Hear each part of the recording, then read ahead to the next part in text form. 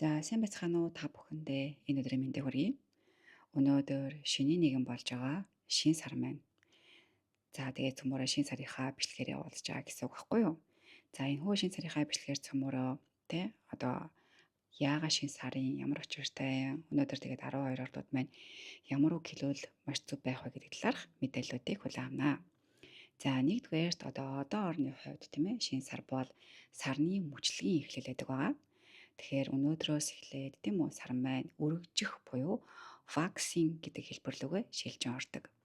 За тиймээс ч хүн төрлөخت нь олон соёлд үүнийг шинэ мөчлөг эхэллээ гэж бэлэгдэж ирсэн байдаг.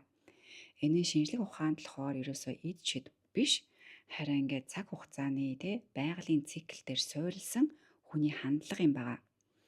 Тэгэхээр өнөөдрийн астрологийн маань сэдэв болохоор номын ордод гарч байгаа шин сар астрологийн тооцоололоор энэ шин сар нь номын ордод 28 хэм орчим дээр тохиож байгаа. Тэгээд одоо энд ингээд цөмөрө харж байгаа. Тэгэхээр одоо энэ номын орд маань болохоор уламжлалтаар астрологид юу илэрхийлдэг вэ? Ямар энерги тавьдаг вэ гэхээр өргөжих, суралцах, аялах, за тэгээд хаяагаад хэлэх, үнэн, итгэл үнэмшил гэд философи гэсэн ийм сэдвүүдийг өөртөө тээж бидэнд өгж яадаг ийм энерги байдаг байгаа.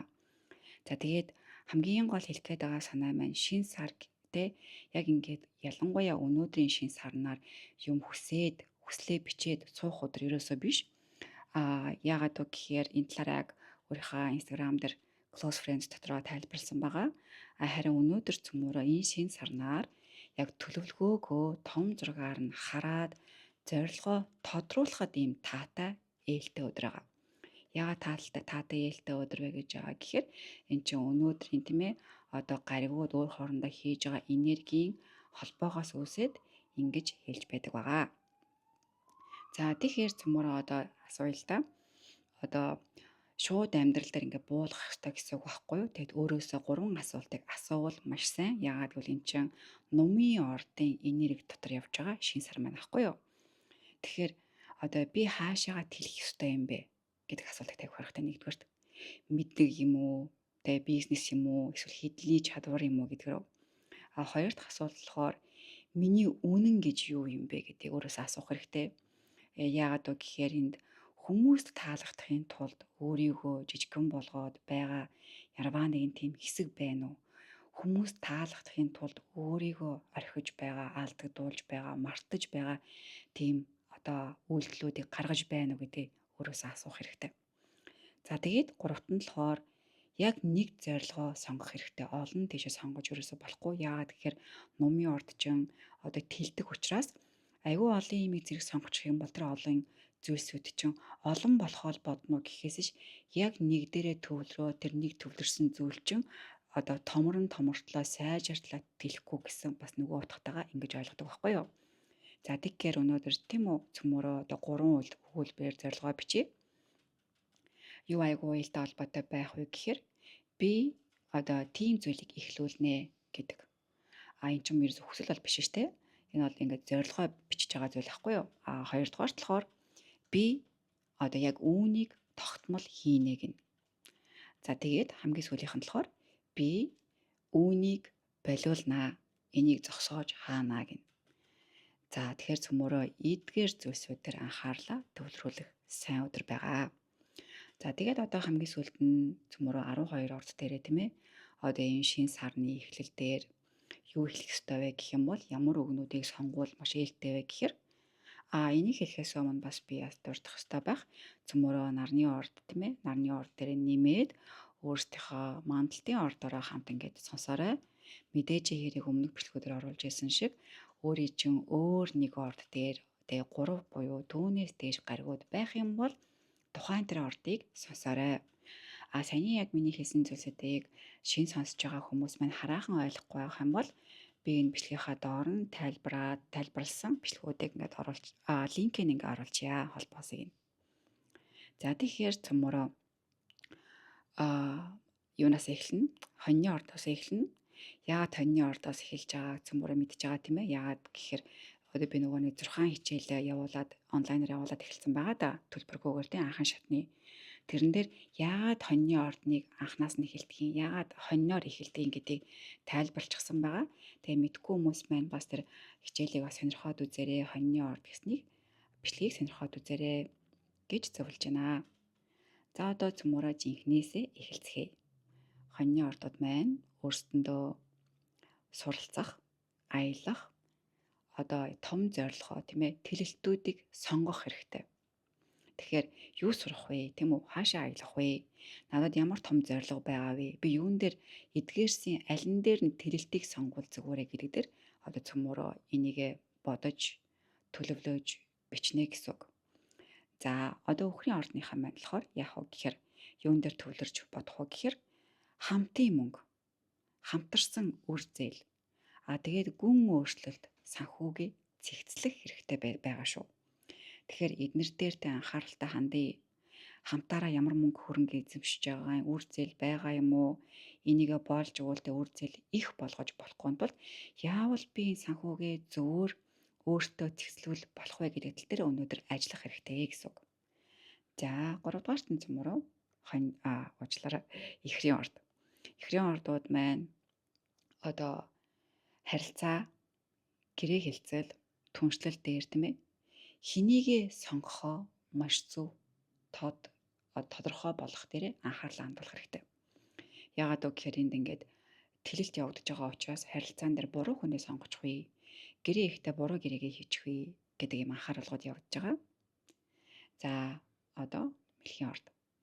Мэлхийн ордууд маань өөрсдийнхөө ажил дээр, эрүүл мэнд дээр ялангуяа одоо дэглэм барьдаг одоо энэ төрлүүд дээр анхааралтай хандъя.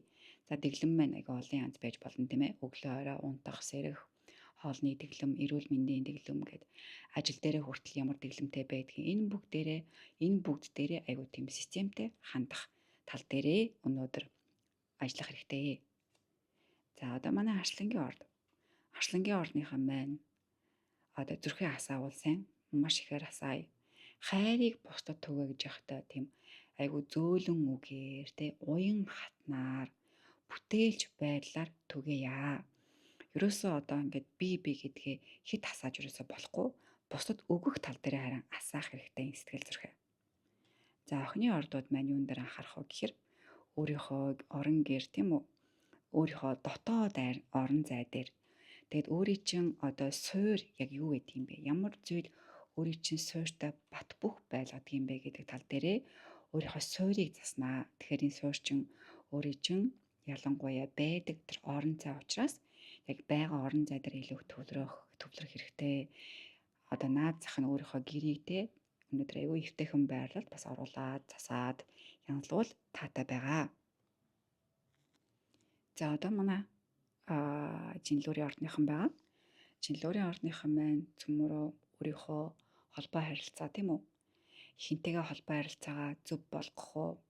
Хэлэх үгээ хэлэхдээ одоо дуу хоолойныхоо өнгө аясыг айгуу тийм зөв тал руугаа одоо юу гэмдэ дуудлагыг, аялгыг айгуу гоё сонсогдох үз болох тал дээр бас ажиллах энэ тал дээр бодох хэрэгтэй. Ялангуяа юмыг шинээр сурах, гоё бичих тал дээр өнөөдөр ажиллавал маш сайн ээлтэй байдаг байгаа.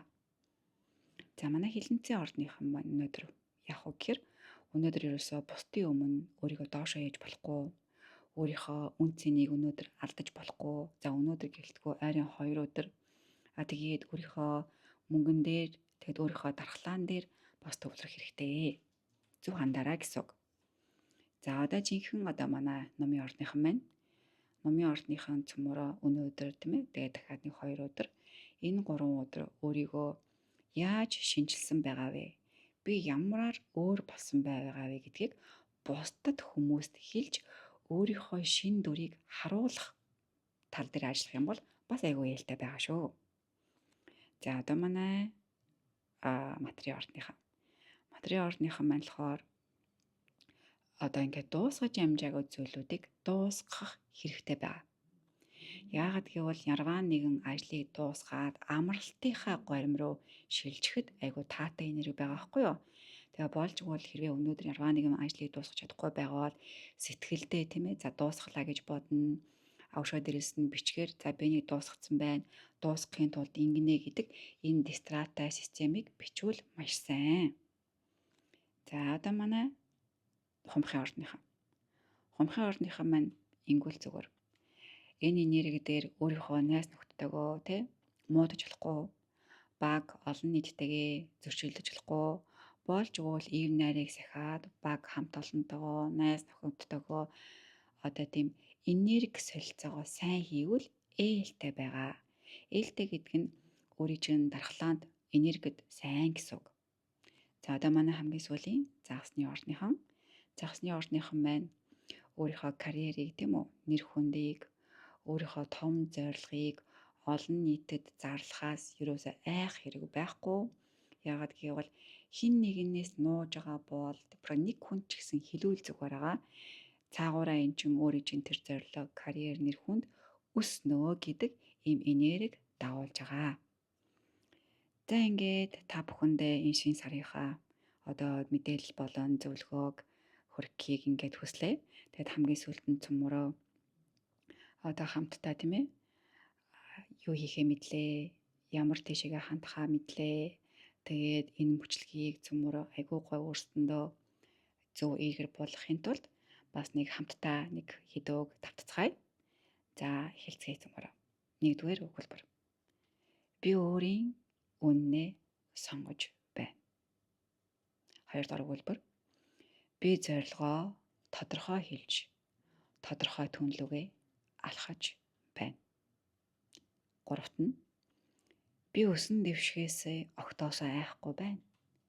Би тэлэлж байна. Би тэлэлтийг хүлээн авч байна. Дөрөвт нь би тууштай энгийн дэглэмээр өөрийгөө барьж чаддаг. За хамгийн сүүлийнх нь би шинэ мөчлөгөө гэрэлтэйгээр эхлүүлж байна. Би хүлээн авч байна. Талархъя. За тэгээд энэ хүртэл хамтдаа сонссон та бүхэндээ бүгдээрэнд нь баярлалаа. Subscribe дагаад YouTube-ийн минь дэмжиж, share хийгээд өгөөрэй.